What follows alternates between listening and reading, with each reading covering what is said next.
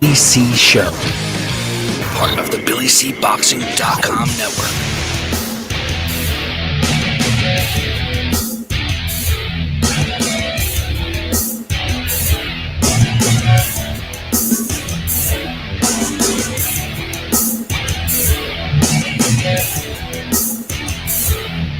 And we're coming to you live from the Billy C Studios in Lake George, New York. I'm Bill Calogero, and it's time for the Billy C Show. Good morning, good day, good evening, whenever you're watching, whenever you're listening. I hope you're doing okay today. Today's show is being brought to us in part by the Title Bout Championship computer game. If you're looking to get a simulation game, put your favorite fighters against fighters of yesteryear or whatever you want, check it out. Get yourself a copy. Visit TitleBoutBoxing.com. That's TitleBoutBoxing.com. Today's show is also being brought to us in part by the Southern Gourmet Spice Company.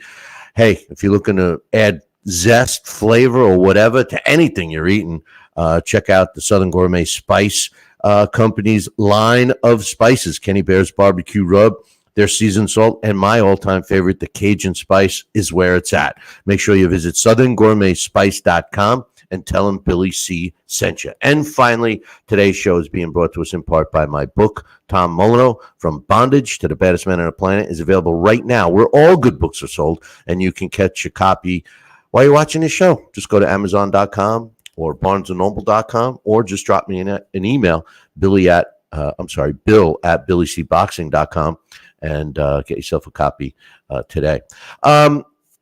This is the Danny Garcia, Jose Benavidez Jr. post-fight show. I just want to start off by saying we started doing this show last night live immediately after the fight took place, and all of a sudden had some technical difficulties.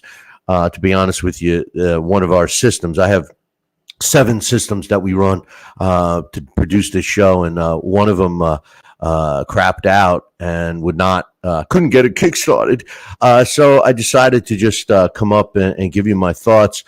Dax Khan and Alice Papali, who were ready to roll last night and were doing a great job, didn't even know I was going to do this today. So I just want to give a shout out to them for all their work and effort. We will be back. I don't know if you caught my article or if you follow us on social media or whatever, but the fire's been lit. And we're back. Anyway, back to the post-fight show. First of all, anybody that knows me knows that I'm not a big fan of the Showtime broadcast team. Now, don't get me wrong. Al Bernstein is the best. Steve Farhood, I love him. But typically, Mario Ronaldo is a piece of garbage, in my opinion. He yells at you. He comes up with all these stupid things. However, last night, I couldn't find anything wrong. I thought that they did a good job. Ronaldo has toned it down a bit, let us watch the fight without his stupid shenanigans. I still think he should flip it over to Al Bernstein a little more, get some insight from the guy who's been around boxing more than most. And I'm not sure where Abner Mares fits in. I mean, his technical commentary was good, but at times it just seemed the same. But I give them a thumbs up last night. I thought that they did pretty good. And one other thing I want to give a shout out to is my friend from the New York State Athletic Commission, looking gorgeous last night. She wasn't working that particular show, but I couldn't keep my eyes off her as I was watching the fights. The camera was right on her. I'm not going to mention her name. I will mention her name. No, I can't. She told me I'm not allowed to. So, but anyway, she knows who I'm talking about, and she is gorgeous. But anyway, let's talk about the fight. Danny Garcia won by a majority decision over Jose Benavidez Jr., which shocked the hell out of me. I got to be honest with you. I watched this fight, and I scored it, okay? Now, Steve Farhood and I think we had the same score. I gave round 3 to Benavidez. I thought that he won that round. It was a close round. And then rounds 9 and 10 were close. But I gave them to Danny Garcia on my scorecard. My unofficial scorecard at the end of the fight was 119-109. And the official scores, Danny Garcia won by a majority decision. One judge had it even, 114, 114. One had it 116, 112. One had it 117, 111. I was shocked at that. Danny looked good. I thought Danny Garcia looked good. He seemed crisp. I mean, look, the guy was coming off a 19-month layoff. All right. He looked good. He was counterpunching. He was in control. His distance was right on. He was landing some shots. Every time Benavidez tried to throw a punch, he would throw it, and Danny Garcia would immediately react with a counter punch. So when you're scoring a fight, I mean, that's the kind of stuff you're looking for. I mean, today a lot of people get so caught up in the punch stats. Well, that's just two guys ringside counting the punches, and they're being subjective with what they feel land or what they don't land. So I don't go by that. I think it's fun to talk about at the end of the fight, just to give you some kind of a comparison model to look at. But the truth of the matter is I was watching clean, effective punches and counter punches landed by Danny Garcia to squeak out rounds that were close. Benavidez Jr. was showing that Danny wasn't hurting him, but he wasn't throwing punches. He was the aggressor. Yes, he was. He was pushing the action most of the fight. But the truth of the matter is he wasn't landing any good shots. And then the body work that Garcia produced was pretty good as well. So I thought that it was a great showing for Danny Garcia. He improves to 37-3 with 21 wins coming by knockout. Benavidez Jr. He drops to 27-2 with a draw and 18 knockouts.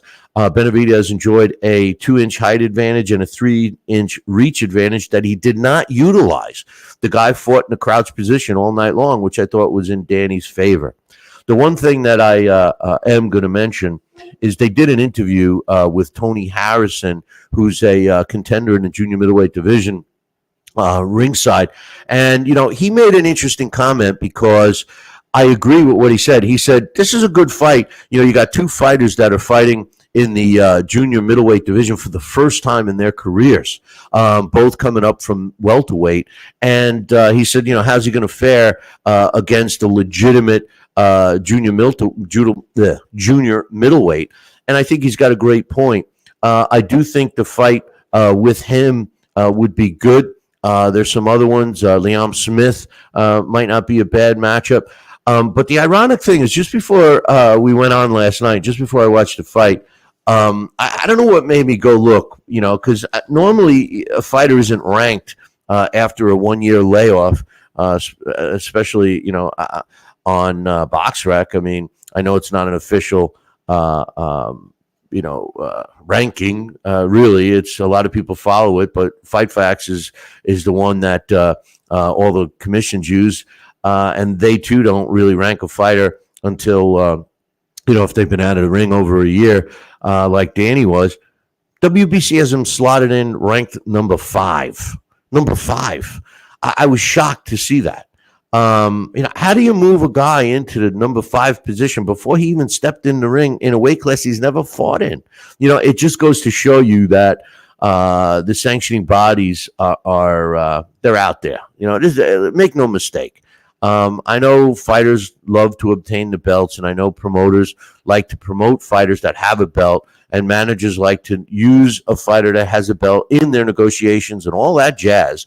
But the truth of the matter is it's basic economics, supply and demand. We have so many belts out there, so the value of a belt, in my opinion, goes down.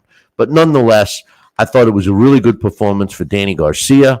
I'm looking forward to seeing him again. I think that he seems like a kind of a different fighter. Remember, he's 34 years old already. Again, I don't know if you follow our social media posts. I hope you do. If you're not a friend on Facebook, check it out, Talking Boxing with Billy C, or follow us on Twitter, Talking Boxing. That's TalkinBoxing. And I put a link. I wrote a quick little article about why I was out for a little bit and the reasons why I came back and all that happy jazz. And, I made some points that are worthwhile to to read about the state of boxing and what have you. But one of the other things I did yesterday was I've been doing this show for 19 years. Okay, actually, I was talking to the infamous Jeremy C yesterday, and he pointed out to me that we may be we very well, and I'm pretty sure we are the longest running, at least from the podcast side, show out there. We started on a podcast network called TPS Net, and we've been doing this for almost 20 years. So I'm pretty proud about that. I made some points about that, and I posted an old interview that I did with Danny when he was 10-0. And I actually had Danny on the show a bunch of times. This was, I believe, from 2019. He was just getting ready for a fight.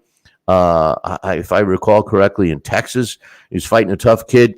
And the one thing about Danny Garcia is that when he hit the scene, he had the right people behind him from day one. He was on the undercards and non-TV bouts on a lot of big cards. So Danny's been groomed, and now at 34 years old, he seems.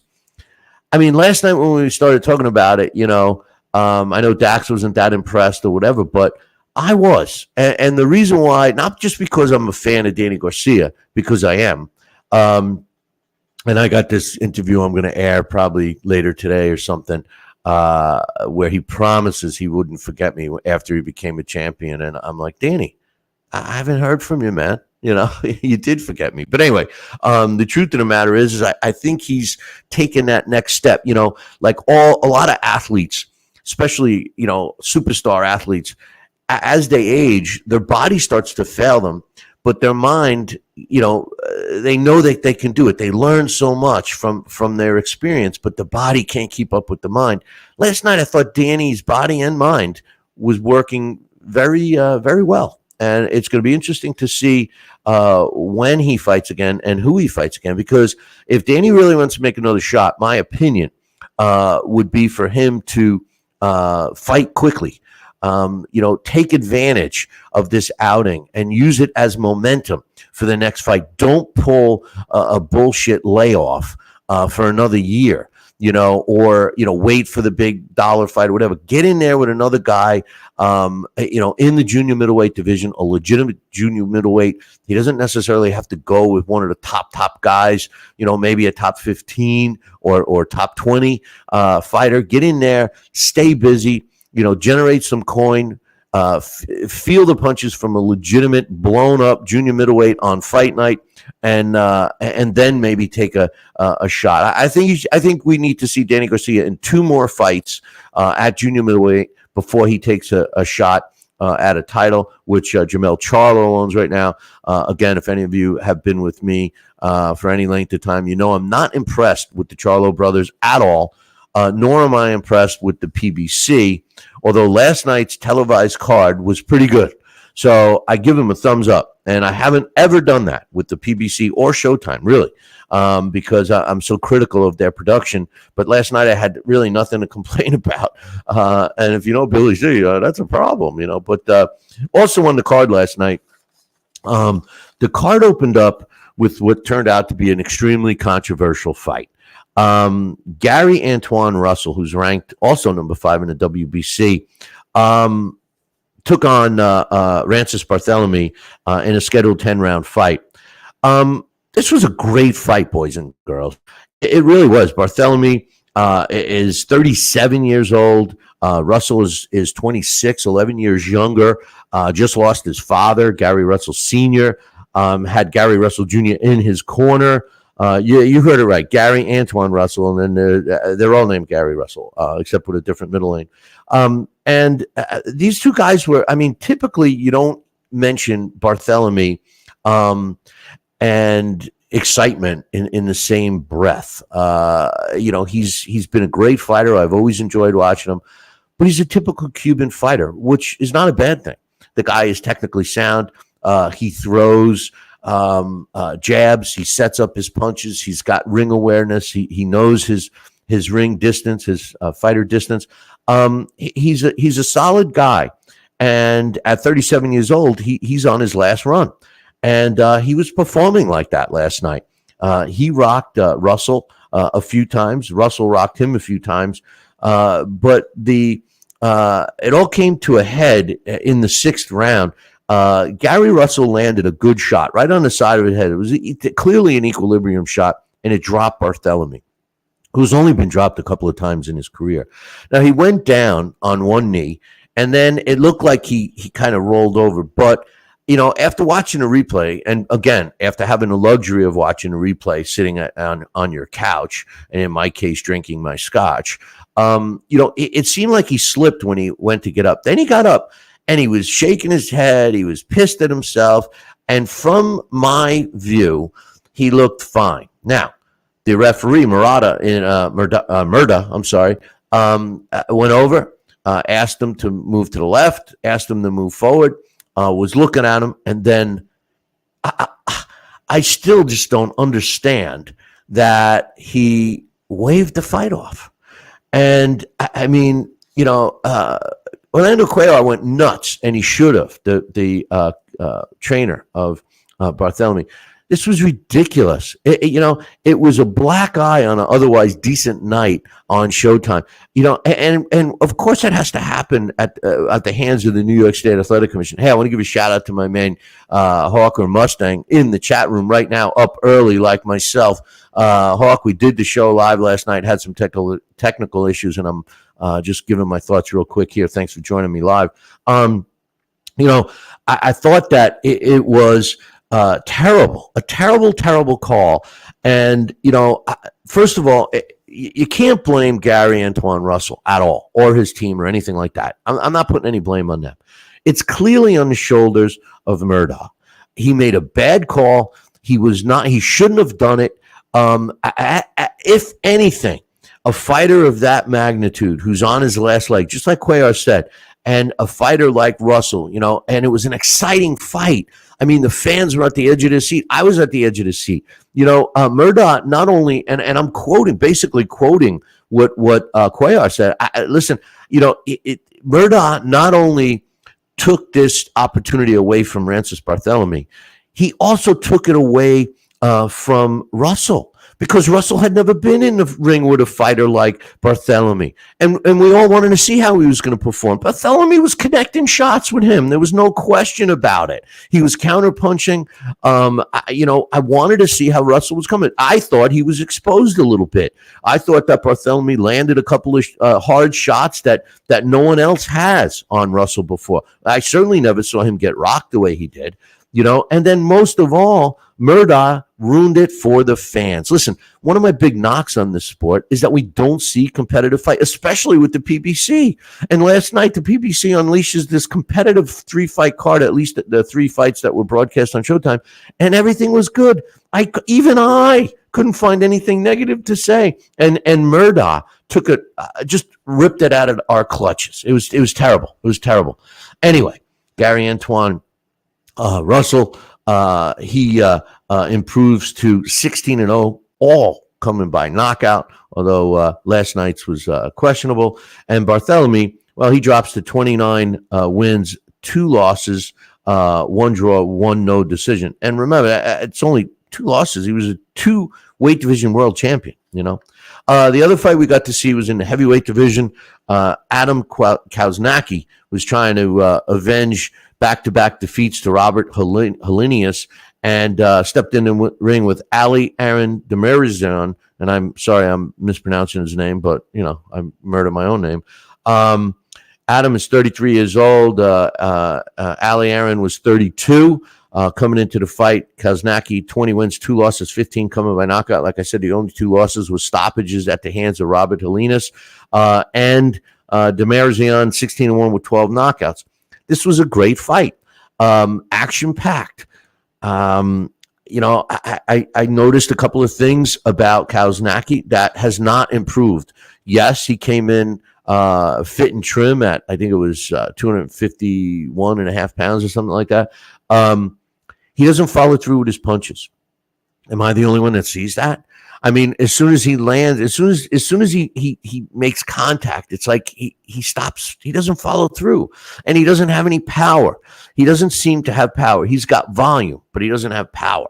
The other thing that the kid needs to do is learn defense. I mean, does he have any? Yes, they introduced a jab that he was using at times last night, but he just didn't use it enough. He took way too many punches, and he ran out of gas, despite being in the best shape of his career. He ran out of gas. He lost the fight. Demarizian won. The way the judges scored it was a unanimous decision, 96-94, and two of them had it 97-93. He improves to 17-1 with 12 knockouts. Looks like you're going to see him again. I don't see why a top-rated fighter wouldn't want to fight him. He stands right in front of you. His defense wasn't that great either. He seems to have a rock-solid chin, but again, I don't think Kownacki has a lot of pop to test that. And he came to fight. I think we're going to see him again. As far as Adam Kownacki goes, I'm not sure. He certainly sounded like he didn't want to go out with a loss. But no disrespect to Ali Aaron, who, I got to be honest, that this was the first time I've ever seen him fight. He's not the kind of guy that you should lose to if you're going to be a top-ranked contender like Kownacki wants to be or was. I thought that referee in that fight, Eric Daly, did a great job. He let them fight. And to my surprise, Steve Willis, who absolutely drives me insane with the googly eyes and, trying to get the camera time, he did a really good job in the Garcia Benavidez Jr. fight as well. I didn't see him much, and a good referee you don't see. And that he lets them fight in. And I like I said in the beginning of the show, I thought all aspects of the broadcast last night was good. I got to give credit what credit's due, man. Got to give credit what credit's due. My final thoughts on Danny Garcia. Loved what I saw. I can't remember seeing a fighter coming off a 19-month layoff that looked as crisp and as sharp as Danny did. Jose Benavidez let him do that by not letting his hands go. But I'm excited for Danny. I'm not sure this is the right move for him. I know he said that he felt very strong at 154. He's going to be facing some big guys, man. I mean, Jared Hurd is a guy that comes to mind. I mean, a monster at 154. Even Charlo brothers. I'm not a big fan of Jamel Charlo, but actually, I like him better than Jamal. But Jamel is a big dude, and you have to look at these guys and see how they're going to fare, or see how they would fare against a guy moving up. Liam Smith, I mentioned last night, that's a decent fight. But like I said, I think that Danny Garcia needs to find a top 15 or a top 20 junior middleweight, fight another fight, then go for, a top 5. And then ultimately, if success follows him, go for a title shot. That would be my plan for Danny Garcia if he were me, if he were under me, I should say. And speaking of that, make sure you keep your eyes open on our social media accounts. I am going to post another early Danny Garcia interview that we did. This one's pretty funny. Him making all these promises to me that he never kept. And I'm going to call you out on it, Danny. I am next time I see you. As far as some other stuff I just want to touch on, we are going to be back, just to let you know, we are going to be back doing the show on a regular basis, whether it's once a week or twice a month or whatever. We are going to do it. I am also going to get back to writing. Yeah, I don't know if any of you guys know this, but I started out in this sport writing. I started out in this sport as a fan and as a fighter. I mean, I very first started out as a fighter, boxing as a kid, but became a writer and then went from there. And I do have some stuff bottled up in my wacko brain, and I am going to get them out there. I'm going to work on another book as well. So a little update on me. Also, you want to communicate with me? Well, if you've ever communicated with me in the past, I'm sure you have my number. Just drop me a text.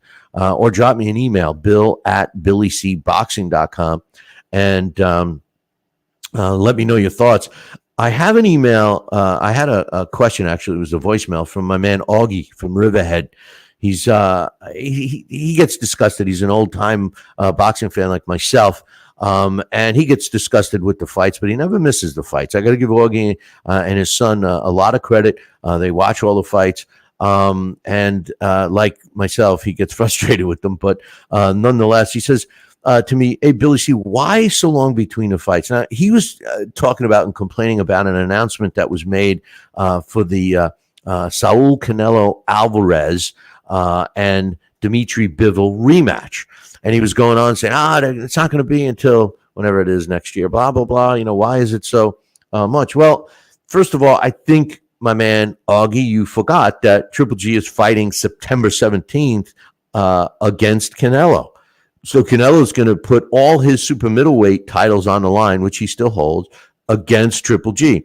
Now, this is the third fight of their, I don't know, what you want to call it, their relationship. I don't know.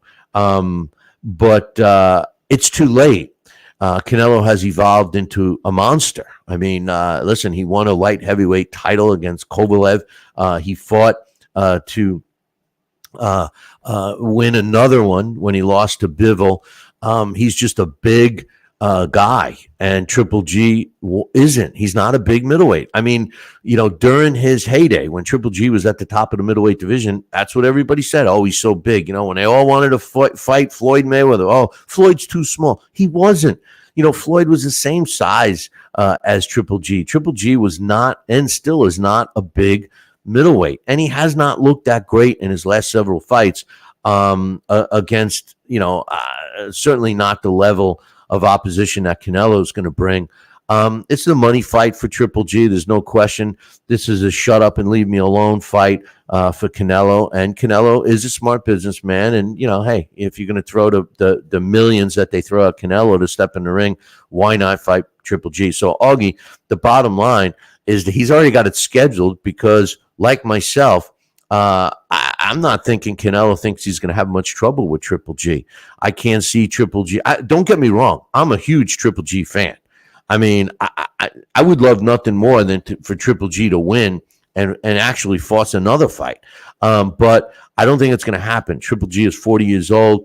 He's going to move up to this division. He's fighting a bigger guy, a younger guy. We all saw Triple G's kryptonite is the body punches. He's susceptible to them. They hurt him. And what does Canelo do best? Body punching.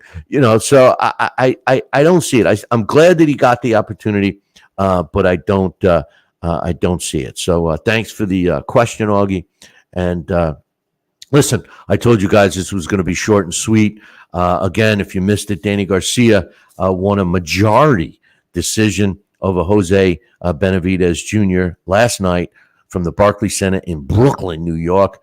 And I was shocked at the scores. 114-114 was the even. 116-112, 117-111. I scored at 119-109. I did have two rounds that I could have scored for Benavidez Jr. and Dax did. When I asked Dax what his scores were last night, he said 117-111. So he agrees with that, Judge. I'm okay with that score. I'd even live with the 116-112 because there was another round that I did give to Benavidez Jr. that Steve Farher didn't. But the 114-114, it's unfortunate that the referees and the judges seem to take fights away from fighters. I will mention real quick, my big hang up, and one of the things, if you didn't catch my article, one of the things that bothers me is the fans today, the younger fans, and guys like Paul, he's fighting Rahman Jr., and it's a pay-per-view. But what I realized is the kid's drawing money, Paul, and you got to give the people what they want. So I'm not faulting him. But the young fan, the problem with the young fan today is that they're not opening up their eyes to the history of boxing. And I believe that the history of boxing is what makes this sport like no other. When I get into these conversations, if you know me, you know I'm a sports fan. I'm a football fan.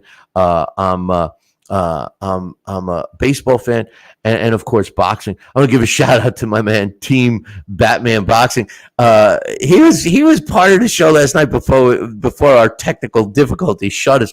Team, I know you were watching there, and I appreciate you tuning in again. But what happened was one of our 7 systems shit the bed right in the middle of it, and I couldn't get the thing back up in time. So I'm just giving my quick thoughts. Thanks for coming back. The problem I have with some of the young boxing fans is that they're not interested in learning the history of the sport. And, it's like, hopefully you read my book. And if you didn't read my book, you should get a copy right now. Tom Molyneux, From Bondage to Baddest Man on the Planet. It's a short read. We're getting closer and closer to the movie, by the way. But Tom Molyneux was a slave. And he was freed. He won his freedom in the ring. And, because of the color of his skin, he's been ripped off all these years later, 200 years. And he doesn't even get the recognition he should. He was, forget the fact that he was robbed in the first world heavyweight championship fight. Forget that. He should have won that fight.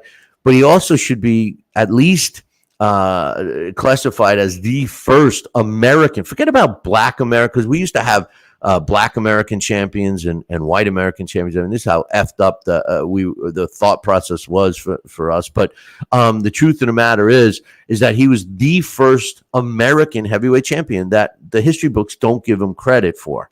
And my book does. But the reason why I mention it and give a quick plug for the book is because while I was writing the book, I was talking about it on the show. And this puts in perspective of what I'm talking about, why the younger boxing fan should learn the history. I get this email from a kid, and I put this in the book. I get this email from a kid. He says, I'm real interested in learning more about Molyneux. Can you send me any links, any YouTube links to him? Right? I remember talking about it on the show going, YouTube links. I mean, they didn't even have cameras when Tom Molyneux fought, So this is the mindset.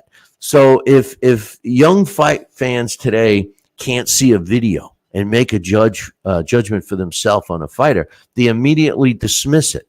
And one of the issues that always come up is Sugar Ray Robinson.